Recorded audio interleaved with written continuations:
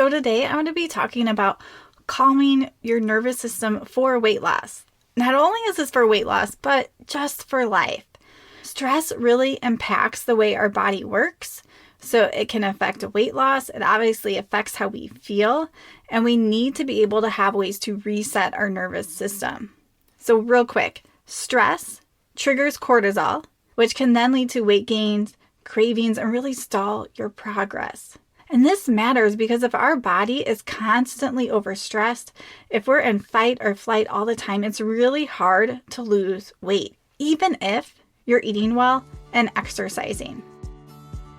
Hi friends, and welcome to the Healthy Beyond 40 show. I'm Michelle, mom of 4 and military wife, and I'm passionate about helping women get healthy from the inside out so they can feel better and live their best life. Do you feel like you're struggling to lose weight and get in shape? If you're ready to develop healthier habits, exercise consistently, and lose weight sustainably, then you're in the right place. I combine my expertise from my doctorate in physical therapy to my experience as a health coach, personal trainer, and yoga teacher to bring you actionable steps for a healthy lifestyle. No magic pill here, so lace up those shoes and get moving. All right, so I'm excited for this episode today. It's really important for us to understand our nervous system. And one very visual way I like to do this is to use the hand model of the brain, and it was developed by Dr. Dan Siegel. So imagine putting your thumb inside of your hand, so it's going across your palm, and then curl your 4 fingers over that thumb. So this is going to represent our brain. So those 4 fingers are the logical part of our brain.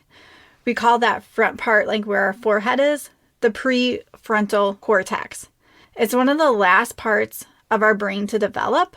So that's why kids are developing this later. Sometimes it's not fully developed till mid to upper 20s. But so keep that hand how that is with those fingers over the thumb. Now what happens when we're stressed, I want you to lift those 4 fingers up. Thumb stays across the palm. That thumb represents our emotional brain. So it's more of our primitive brain. So it was sort of there first. It develops first in kids. And we flip our lid and we're stressed out. Those 4 fingers go up. Our thinking brain, that prefrontal cortex, doesn't have contact with the rest of our brain. So we are making decisions and actions from an emotional part of our brain. All right, if you're using your hand, you can rest it. So this is why we make poor food choices or skip workouts when we're overwhelmed and stressed, because we don't have that thinking part of our brain running strong. We let that emotional part of our brain take over. So I really love to teach this with kids. I actually was at my son's flag football game yesterday, and he got a little injured, so I came to the sidelines, and there was this other child just really struggling. He was thinking the game wasn't fair, like his lid was flipped. And I showed him this simple hand model, like trying to help this kid understand when we're so upset, we don't have that thinking part of our brain on. And if he wants to go out in that game and do his best, he needs that thinking part of his brain on. So this is also great to use with your kids, but it totally applies to us as adults. Another example I want to give, but in sort of a different context, is that when we think about regulating our nervous system, there are times we're going to need to tolerate uncomfortable feelings. So maybe we are somewhere and someone brings some type of treat, and we've already eaten, we're full, we don't need it. We're going to have to tolerate that uncomfortable feeling in our nervous system so that we're not eating something that we don't need.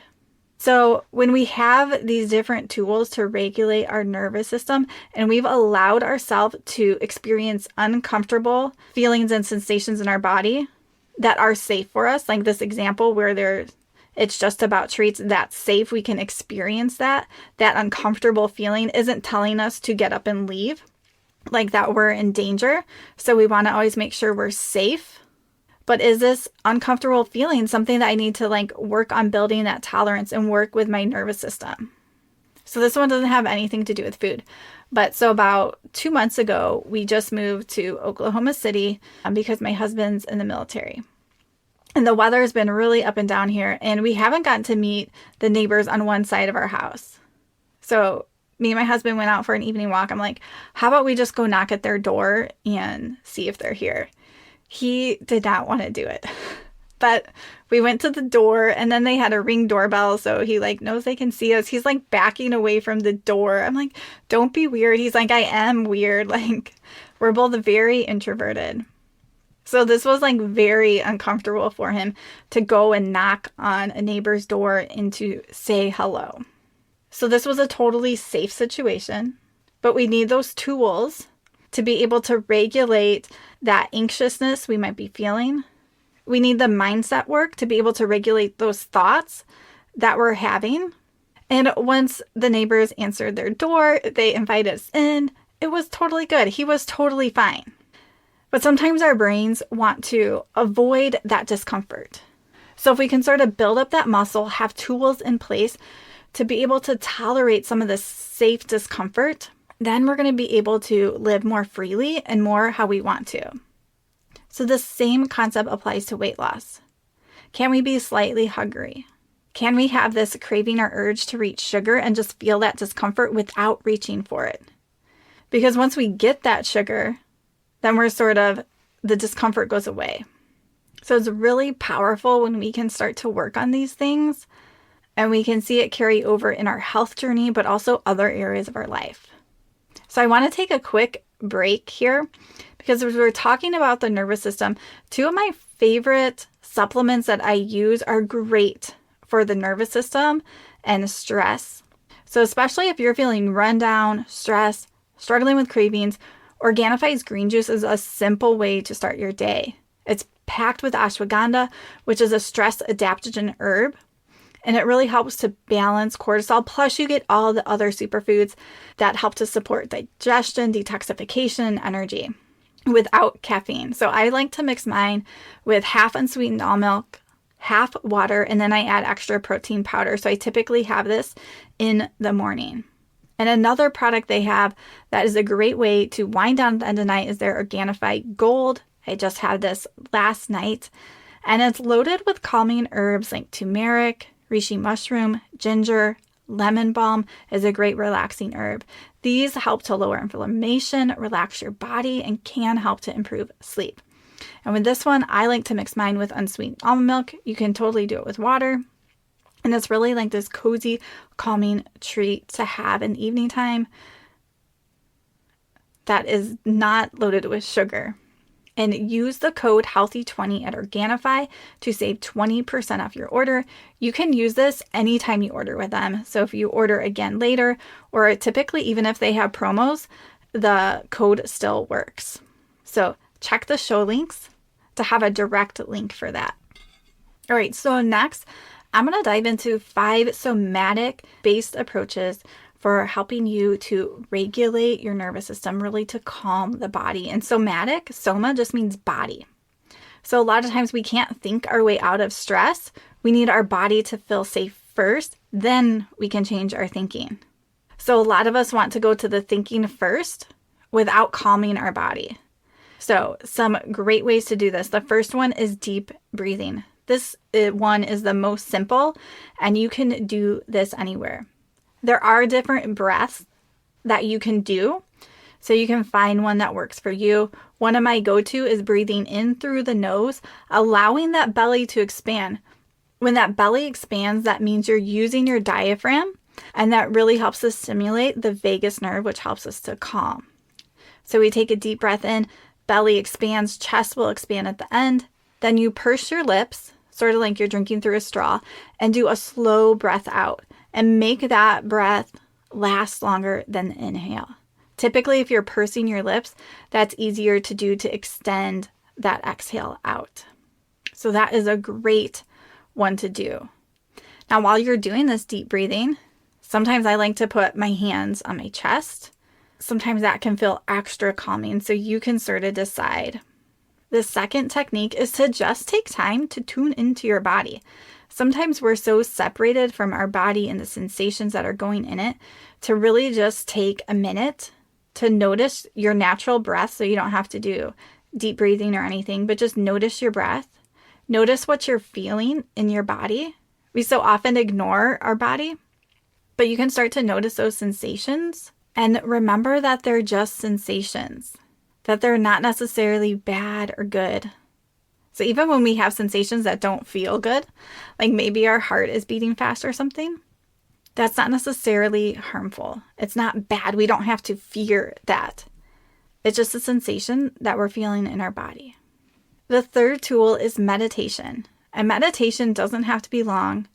There's so many different ways to do it. I also like doing sometimes meditation with a visualization.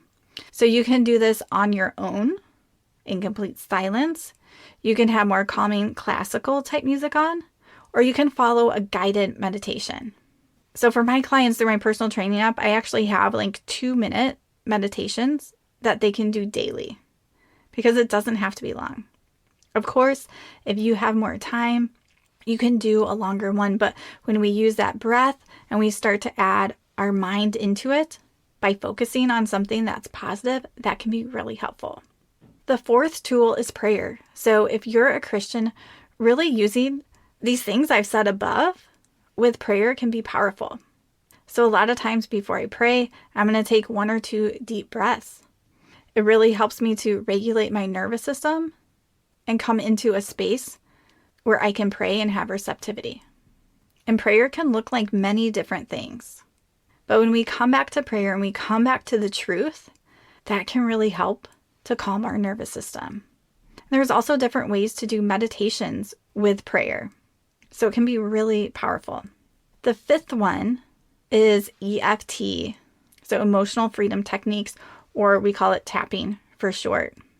And this is really powerful to be able to release emotions, and it's somatic based because we're tapping on different parts of our body to create this calming signal to our nervous system. Now in EFT, you're also going to use a bit of the cognition or the thinking because we're going to be saying things that have happened to you and how you feel. But it's a great way to be able to release emotions instead of getting stuck in them, instead of pushing them down and letting them actually still be there. So these 5 tools, we have deep breathing, tuning into your body, meditation, prayer, and EFT tapping. So once your body is calm, then you can work on the mindset. Then you can work on that thinking piece and shifting how you're thinking about things. So in my new course, I just put together the self-coaching system. I not only have how to do EFT, but I also have a way to work on your mindset and the way you're thinking. Because if you stay in the way you're thinking now, you're going to keep feeling that way and you're going to keep making choices and actions that way. But if you can shift your thinking in a way that still feels true, then you're going to be able to make different decisions. So instead of being someone who always stress eats because you're thinking that it's a hard week and you deserve it, you can shift the thought to maybe, I'm going to pause before I stress eat and really ask myself what I need. And for somebody, that might be a nap. That might be listening to music. That might be getting up to dance and have a little fun. So we have to capture these thoughts and we have to shift them to what's true. And when we do this, we're not just shifting to thoughts that we want. It's not some like random affirmation. It's thoughts that feel true to you. But our brain isn't spending our time thinking those. It's spending that time thinking those things that we don't want. So we help to teach our brain more of the fuller truth of the picture. So I actually gave this course, the self-coaching system, to my clients first before I released it to you guys so that they could go through it and give me any feedback. So I just want to share what my client Madeline said. She said, I highly recommend Michelle's course, the self-coaching system. It's full of great information, tools, and strategies. I have learned so much from it. I was amazed that EFT works so well. Michelle taught me that EFT releases an emotion. I've never experienced anything like it. I will definitely continue to work with Michelle so she can keep helping me on my health journey. Also, if you're looking for a health coach, I highly recommend Michelle. She is by far the best out there. She's knowledgeable, personable, and I feel grateful to be working with her. So Madeline has been one of my personal training clients in my app. And even in there, we're able to voice message. So with her, we do a lot of coaching sort of asynchronously too.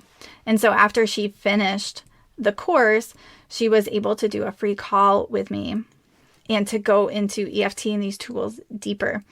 And she was surprised at just how well EFT worked for her to release emotion.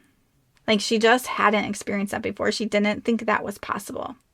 So that's what I love about EFT, and then this mindset work that goes with it. And she sort of devoured this course. I think it's about 3 hours. And she did take her time, not too fast, but she was just loving all the tools and the informations and the shifts that she was having in her mindset going through the course. So there's going to be a link down below where you guys can get the self-coaching system. Currently, it's only $97.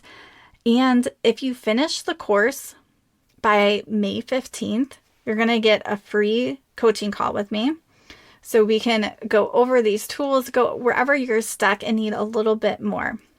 So it's basically a no-brainer because it's like you're getting the course for free when you complete it and you get that free coaching session. So make sure you guys share it down below. Feel free to share it with any friends who would be interested.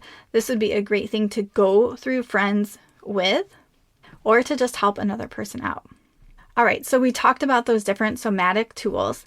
The other sort of bonus tip I want to give is when you're feeling a lot of stress or pent-up energy is just literally shaking it out.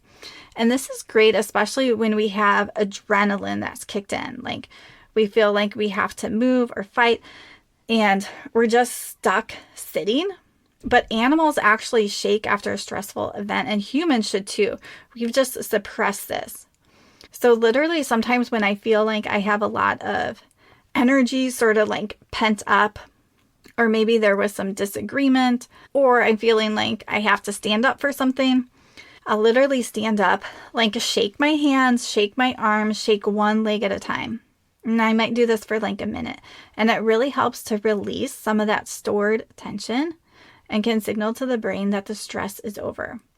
And so especially when we have adrenaline built up, when we use our muscles, it helps to get rid of some of that adrenaline too. So that can be really helpful.